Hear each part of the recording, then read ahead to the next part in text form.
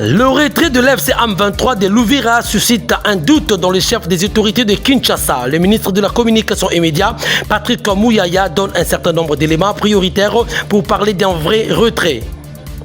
Après avoir insulté la femme de l'ex-gouverneur de la ville-province de Kinshasa, Gentini Ngobila, Maître Joël Kitenge, cadre de l'UDPS, revient au bon sens et demande des excuses. Le Royaume de Belgique a fait entendre avec gravité et responsabilité sa ferme désapprobation à la suite de l'arrestation d'Emmanuel Chadari. Le détail dans ce journal.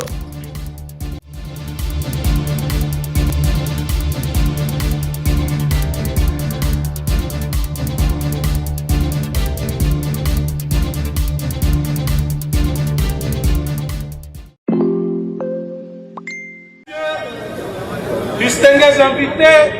Après avoir été empêché de marcher pacifiquement le 15 décembre dernier pour réclamer les dialogues, l'opposant congolais Jean-Marc Kabund réclame une gouvernance responsable, capable de protéger le pays, de créer des opportunités pour tous et de bâtir un avenir meilleur. Chers camarades, il est temps de dire stop à cette dérive et de revendiquer une gouvernance responsable, transparente et respectueuse des droits de l'homme. Le peuple congolais, aujourd'hui, plus qu'hier, doit être dirigé par des dirigeants qui rendent des comptes et qui mettent en place des politiques qui profitent réellement à la population. Ces instruments nous aideront à asseoir l'autorité de l'État afin d'imposer l'ordre et la discipline dans tous les domaines de la vie de cette nation. Nous allons construire un État comme un logiciel qui correspondra à un système qui définira nos intérêts ainsi que nos priorités, capables de détecter les menaces contre notre pays. Le retrait, c'est une opération qui doit être vérifiée. En rapport avec le retrait de l'Ouvira de l'Alliance Fleuve Congo AFC M23, le régime de Kinshasa, à travers le ministre de la Communication Patrick Mouyaya, doute de ces retraits annoncés par l'AFC M23 et le patron de la communication congolaise demande à la population d'être vigilante car l'ennemi a laissé beaucoup de pièges. Mais justement, dans le contexte Tozanango, Nauta Webisabi Bino Awa préalablement. Parce qu'il n'y a pas de MONUSCO à Bukavu. Oui. Il n'y a pas de MONUSCO à Bukavu. Et donc, Bango ba conditions Oyo Baché, c'est des conditions qu'on ne peut même pas considérer. Ça veut dire que Oyo Bango il faut basala, Ezaka Kaba Bima, Babimi, Bakei, on même pas resté à 5-10 kilomètres, non. La vérification du retrait et qu'au salama, soki ba autorité na biso ba zongi sur place. C'est là que ça va donner la preuve à tout le monde que Babimi. Oyozio tiki civil. Oyozio, on a biso tozaka à 2 kilomètres. Tozaka à 5 kilomètres. À 5 kilomètres, ça c'est pas le retrait. Ezak ozalaka à Pembeni. Et puis ceux qui batiki déjà ba infiltré. On connaît la méthode. Ah non, bakoboma batu. Et puis bakoseli babazalendo. Nde mikolo ope bazo préparer na yo toyoki na ba information mususu bazo préparer bango moko ba Rwandais une attaque qui va attribuer aux FDLR au Rwanda pour na olobake bisoto attaquer bango. Donc c'est toute cette vague de manipulations pour laquelle nous demandons à nos populations d'être vigilants. Moutoi ko saote. Ce qui retrait est vraiment effectif. Les mouvements des populations à Ouvira. La population vit dans la peur. La population vit dans l'intimidation. Parce que nous sommes dans un contexte où la parole est libérée. Bino Bapandi Sango. L'air Batubalekisi vidéo à la Balobi va se retirer. Nanya vérifia Kirango. Je suis dans mon rôle de m'assurer que Bino Bapandi Sango. Parce que Batubalandarane Bino. Parce que j'ai vu tous les médias relayer Balobi Babimi. Je n'ai pas vu, moi, beaucoup de médias n'a pas quoi lobby ou ba interroger ba question. Parce que biso ba gouvernement, na ebeteli bino li solo, il y a gouverneur pour aussi, qui est dans la région. Il y a des personnes qui sont à Ouvira, qui renseignent, qui donnent des informations. Ici, ce qu'il faut savoir, c'est que ceux qui bango ba komi, nenge ba koma ki na Ouvira. L'air ba komi, est-ce que boyebi ba activité nini basali? est-ce que boyebi ba piège dini batiki? Et que dans tout ce qui s'est fait, il faut qu'on y ait que le fils vient au secours du père, parce qu'il ne veut pas que le père puisse subir la foudre de la réaction américaine. Et donc, on a des années tibazolinga kopako batuma futa. Alors, lorsque nous on fait cette interrogation, c'est d'abord pour interpeller le peuple à la vigilance. Nous, on a nos services qui travaillent, et d'ici la fin de la journée, le gouverneur va faire le point avec les services qu'il y a autour du ministre de l'Intérieur. D'ailleurs, on a un briefing en préparation. Peut-être que Tosa Angolelo ou la semaine prochaine, au Torozonga, Kopé Sasikoyo, situation générale par rapport à évolution.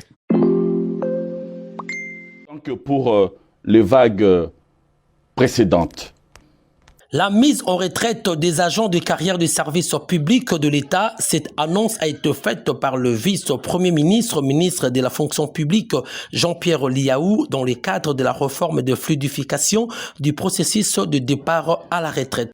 Chers agents de carrière des services publics de l'État, ainsi que vous le savez, conformément à la vision de son Excellence, Monsieur le Président de la République, chef de l'État, notre gouvernement est résolument engagé dans la fluidification du processus de mise à la retraite, remise en selle après des longues décennies de congestion ayant entraîné le maintien anormal de nombreux agents octogénaires, nonagénaires, voire centenaires en activité de service. Sous la coordination de son Excellence Madame la Première ministre, chef du gouvernement, et en collaboration avec le ministère du Budget et des Finances, mon ministère assure cette noble mission suivant une approche progressive au prorata des moyens disponibles. L'objectif reste double: rétablir au profit de chaque agent le droit de pouvoir jouir dignement de sa retraite, de son éligibilité d'une part, et d'autre part, faire de la retraite non pas une condamnation à mort, comme jadis, mais plutôt un moment de repos mérité après des bons et loyaux services rendus à la nation. À la suite de cette dynamique matérialisée par les 3 premières vagues, j'annonce ce jour la signature des actes de mise à la retraite en faveur de 2000 autres agents de l'État. Pour cette vague, autant que pour les vagues précédentes, dans un souci d'équité et d'équilibre de gestion, nous avons veillé à la représentativité de toutes les catégories d'emploi, de toutes les administrations et de toutes les provinces. Parmi ces agents mis à la retraite, on compte 58 secrétaires généraux, inspecteurs généraux et médecins généraux, 232 directeurs, 285 chefs de division, 106 chefs de bureau, 716 agents de collaboration, attachés d'administration et agents d'administration de première classe, 603 agents d'exécution du grade d'agent d'administration de 2e classe à celui d'huissier. Ici est de noter que ces actions de mise à la retraite sont exécutées en corrélation avec celles du rajeunissement compétitif et qualitatif des ressources humaines, ainsi que de promotion en grade, tel que voulu par son Excellence Monsieur le Président de la République. Pour ce faire, et ce n'est pas un secret, les critères d'âge a été prépondérant dans le choix des agents à mettre à la retraite. Après ces moments, va commencer alors une phase d'exécution progressive d'actes et d'opérations matérielles en faveur des agents concernés. Cette phase comprend substantiellement nos sincères excuses et profonde rectification. Profonde rectification quant à cette information. Après avoir gratuitement traité avec ignorance la femme de l'ex-gouverneur de la ville-province de Kinshasa, Gentini Ngobila, d'une Rwandaise, Maître Joël Kitenge, cadre de l'UDPS, parti présidentiel, vient de présenter ses excuses à l'épouse de Ngobila après l'avoir publiquement qualifiée de Rwandaise.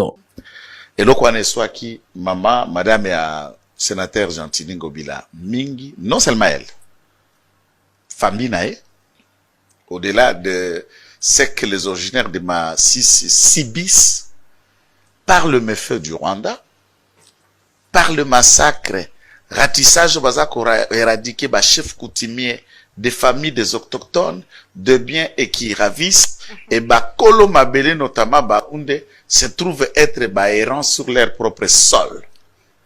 Je n'ai pas bien mesuré les dégâts qu'allait causer ce propos.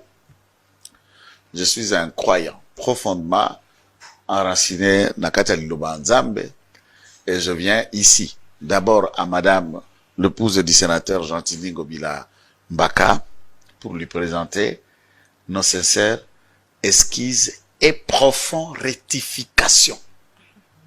Profonde rectification quant à cette information sur Senabiso et Trompaki Bisso, sur sa personne. Je sais que c'est une femme de grand cœur. Elle trouvera une place pour accorder Bisso ses pardons. Ça c'est un. De deux, si elle toyeba qui combote mais toyebi combo Gentini Ngobila, puisque c'est un nom qui résonne ici.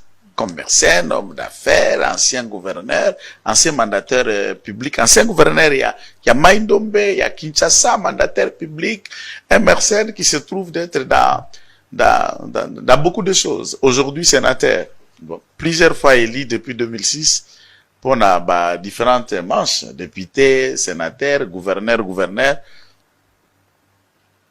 C'est grâce à Gentini Ngobila qu'on connaît maman. Et si on parle de la femme rwandaise, ça veut dire la personne politique de Gentini Ngobila que ça peut lui entacher et lui créer un mépris à l'endroit du public puisque les lots secrets étaient. Et nani atana libota na soko za moi sur za rwandais en regardant ce que les Rwandais nous font, ça crée déjà un problème. L'arrestation du secrétaire permanent du PPRD, Emmanuel Chadari.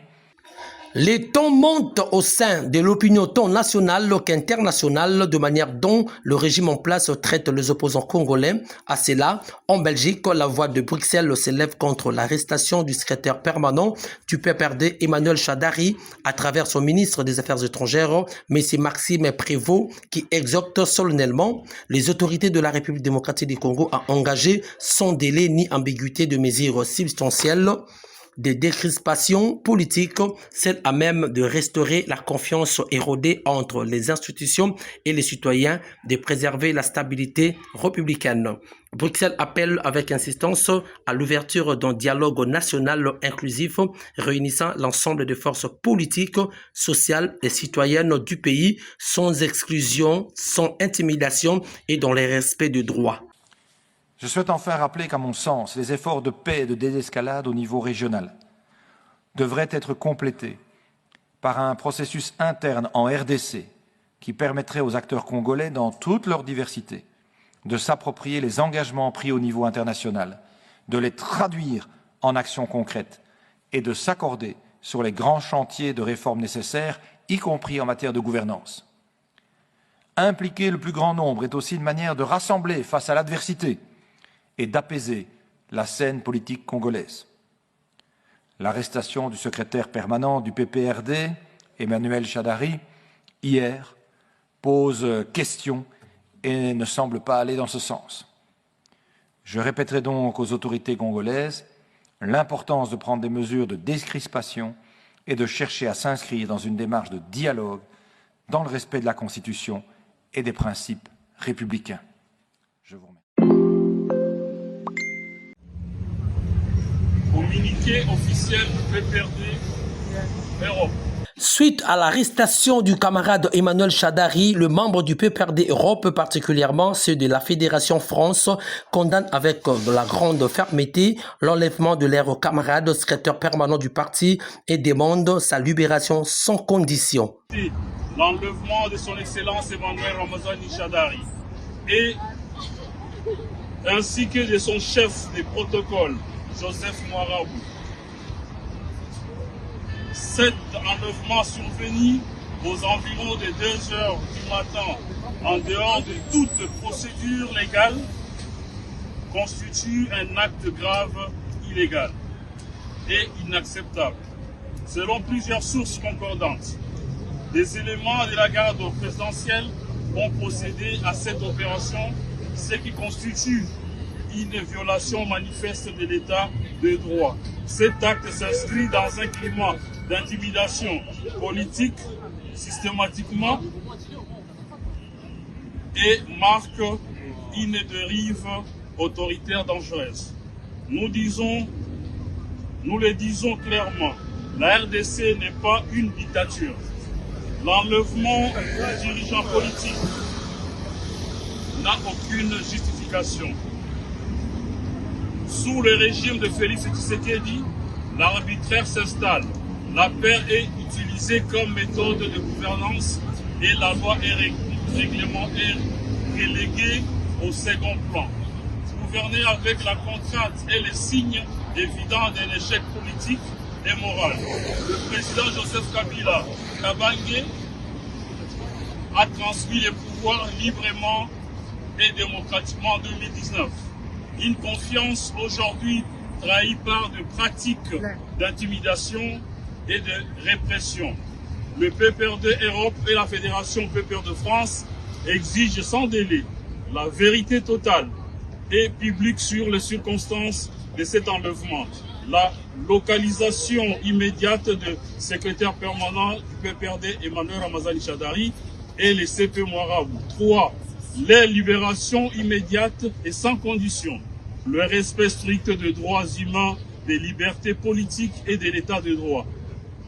Nous mettons officiellement la communauté internationale, les partenaires de la RDC, les organisations de défense des droits humains et les médias internationaux en témoin de ce qui se passe actuellement en République démocratique du Congo. Le silence face à de tels actes est inacceptable. L'histoire retiendra les responsabilités. Le PPRD reste debout. Le militant reste mobilisé. La vérité triomphera.